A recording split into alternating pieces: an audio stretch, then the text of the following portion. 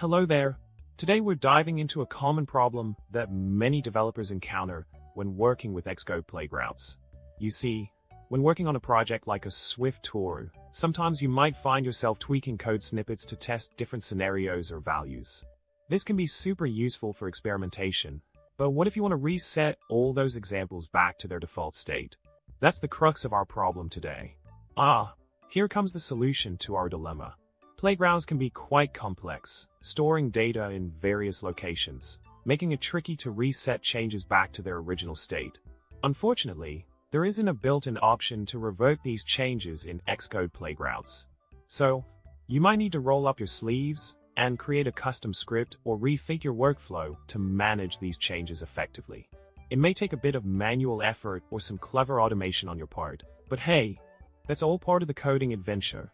In summary, Xcode playgrounds offer a dynamic environment for testing Swift code snippets, but resetting changes to their default state can be a bit of a challenge.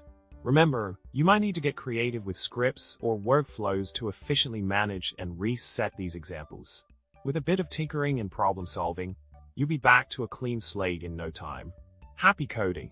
And remember to like, subscribe, and leave a witty comment below, because who doesn't love a good coding joke?